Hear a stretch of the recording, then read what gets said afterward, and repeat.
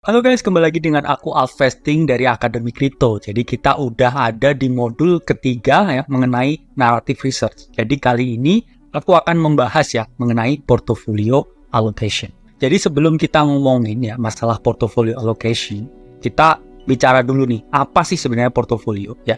Jadi secara definisi ya, portfolio itu merupakan daftar kumpulan aset-aset ya yang disusun secara sistematis untuk mencapai tujuan investasi. Jadi ingat ya teman-teman, ada kata kuncinya aset-aset.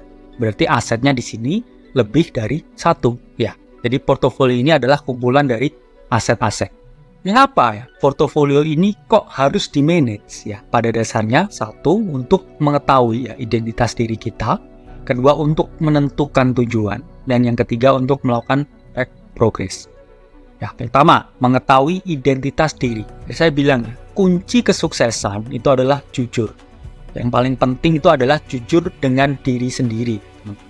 Jadi, ketika kamu sudah jujur ya dengan diri kamu sendiri, itu kesuksesan itu akan menghampiri kamu. Ketika kamu tuh masih gak jujur ya dengan dirimu sendiri, jangan harap kamu bisa melakukan apapun.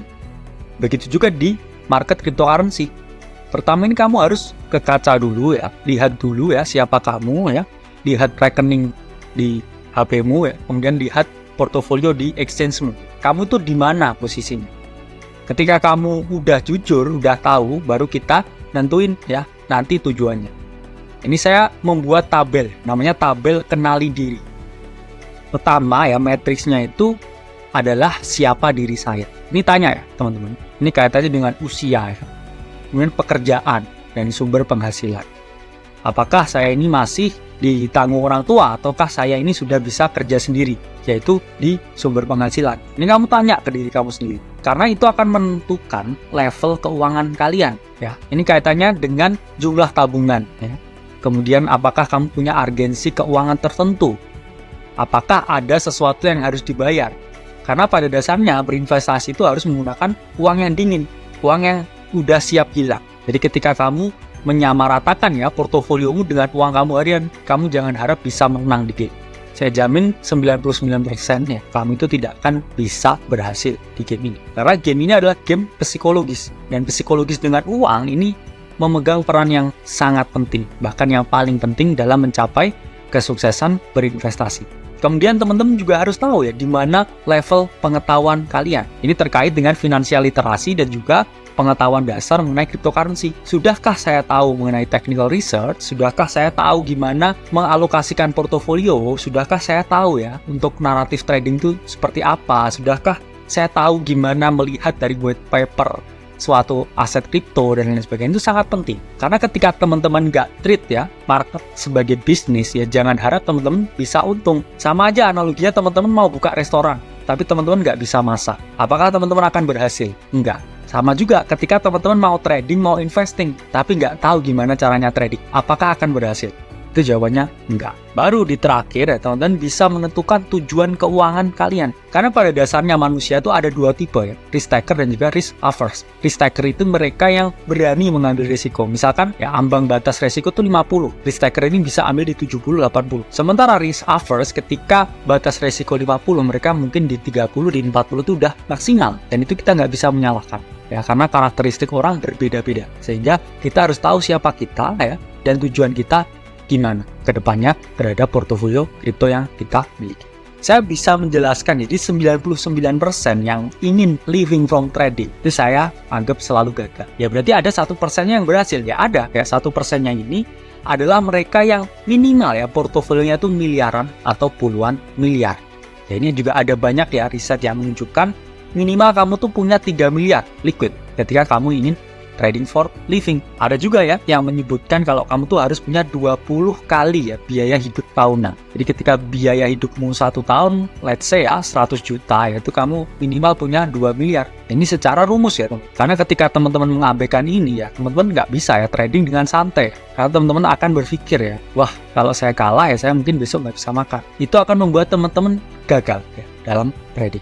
Maka dari itu ya, saya selalu menyarankan ya, kalian harus punya income sources ya. Entah itu teman-teman bekerja ya, atau punya part-time job, atau misalkan teman-teman ngerjain ya project-project tertentu untuk menyupport, untuk mendukung ya teman-teman punya trading portfolio. Sehingga ini ya ada cheat sheet ya for portfolio guys. Ini adalah cheat sheet ya yang menunjukkan ya jumlah portofolio, strategi yang ideal, dan jumlah naratif yang teman-teman bisa ya pegang dan handle dalam satu waktu bersamaan. Oke, let's say portofolio teman-teman kurang dari 100 juta. Itu saya sarankan strateginya adalah sangat agresif. Mengapa sangat agresif? Karena anggap saja ketika kehilangan 100 juta ini ya, dunia itu nggak akan berhenti. Oke, tapi kalau 100 juta ini bisa naik berkali-kali lipat, dunia ini akan berputar di sekitar teman-teman. Ada saya juga mengalaminya ya. Sehingga jumlah naratif maksimal yang teman-teman bisa trade dalam satu waktu itu hanya satu. Berarti teman-teman harus bisa ya one shot one kill. Kamu tebak suatu naratif 1 bulan kemudian naik. Kamu tebak suatu naratif 2 minggu kemudian naik. Karena kamu room for error-nya ini nggak ada. Uangmu kecil. Kamu nggak bisa diversifikasi. Kamu harus one shot one kill. Oke. Kemudian di sini jumlah portofolio 100-500 juta. Ini lebih moderate strateginya. Karena apa? Karena dia bisa memainkan ya 2-3 naratif dalam waktu yang bersamaan. Misalkan oke, saya investasi di naratif meme coin, saya investasi di naratif LSD, saya bisa investasi di naratif RWA. 3 naratif dalam satu waktu yang bersamaan. Tapi kalau kamu cuma 100 juta ya, kamu harus fokus satu naratif. Oke, saya meme coin. Ya make it or break it. Beda lagi ya ketika teman-teman yang portofolinya udah di atas 1 miliar. Teman-teman bisa lebih slow lagi ya, memainkan 5 naratif yang berbeda ya. 200 juta misalkan masing-masing naratif. Itu sangat bisa. Karena di sini teman-teman sudah punya room for error ya. Ketika satu naratif tidak terjadi ya, mungkin akan di-cover oleh naratif yang lainnya. Sehingga teman-teman di sini bisa menentukan tujuan setelah mengetahui siapa saya dan harusnya saya gimana. Ini saya membuat ya 3 skenario ya teman-teman, bahwa saya suka ya menjelaskannya dalam skenario. Pertama, mungkin teman-teman yang masih under 20 ya umurnya, mungkin portofolinya di bawah 1 miliar. Tujuanmu hanya satu, mencari kekayaan sebanyak-banyaknya. Oke? Di tahap ini ketika kamu kehilangan segalanya, itu kamu masih punya waktu untuk mencari lagi. Kamu belum menikah, kamu belum punya anak, kamu belum punya tanggungan. Mungkin kamu juga masih hidup di tempat orang tuamu. Ya, tabungan ini gimana kamu kelola supaya kamu jadi kaya? Jadi berpikir defensif kalau uangmu itu di bawah 1 miliar, itu nonsense. Kenapa ya? Karena jujur ya teman-teman, bukan saya meremehkan ya nilai 1 miliar. Tapi nilai 1 miliar itu hanya besar di angka, besar di nominal. Coba teman-teman cek berapa harga rumah, berapa harga tanah, berapa biaya menikah. Baru teman-teman kerasa ya, 1 miliar itu nggak ada apa-apanya di dunia sekarang. Sehingga ketika teman-teman porto masih di bawah 1 miliar, fokusnya mencari kekayaan sebanyak-banyak. Terus kemudian di fase kedua, mungkin teman-teman 30 awal atau 20 akhir. Di sini teman-teman punya mungkin portofolio 1 miliar lebih ya, sampai 10 miliar. 10 miliar ini teman-teman belum financial freedom, oke? Tapi teman-teman sudah bisa nyaman ya, mendiversifikasi aset teman-teman. Entah itu dalam cryptocurrency, atau mungkin teman-teman sudah berinvestasi di saham, di properti, itu udah bisa. Tapi ketika teman-teman fokus di cryptocurrency aja ya, ini teman-teman bisa lebih longgar ya. Misalkan 50% ya buat Bitcoin ya, 30% buat ETH, 20% untuk koin-koin yang lain. Itu bisa. Terus yang di tahap ketiga ini yang lebih dari 10 miliar. Ya, ini misalkan kayak Bro Timothy ya. Jadi beliau ini sudah ada di tahap merdeka finansial. Jadi tujuannya ini hanya menjaga kekayaan, bukan lagi mencari kekayaan. Karena toolsnya untuk mencari kekayaan dengan menjaga kekayaan itu beda. Kendaraannya juga beda. Kemudian saya selalu menjelaskan ya teman-teman masalah portfolio allocation.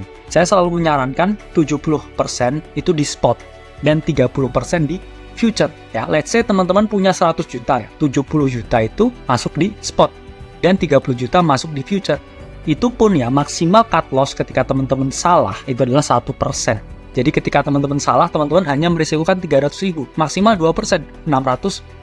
Dan dari portofolio spot ini ya, misalkan 70 juta ya, itu ketika teman-teman masuk ke dalam suatu koin ya, itu saya bilang ya minimal dan maksimalnya 10%. Jadi kurang lebih 7 juta sampai 10 juta dalam satu koin. Kemudian ketika teman-teman udah tahu ya 2 tahap awal sebelumnya ya, menentukan siapa diri teman-teman dan menentukan tujuan, teman-teman bisa melakukan track progress ya. Sebenarnya saya tidak terlalu suka ya dengan market ya timing ya, atau misalkan teman-teman track progress ya. Misalkan 1 tahun dapat uang berapa, 2 tahun dapat uang berapa. Karena ini rezeki teman-teman itu kan sifatnya sangat gaib ya, sangat misteri, sangat mystical ya. Sehingga teman-teman nggak bisa ya timing the market, tapi mungkin teman-teman cuma bisa ya mengestimasi dari jumlah yang teman-teman miliki dengan strategi tertentu itu seberapa cepat atau lama progresnya.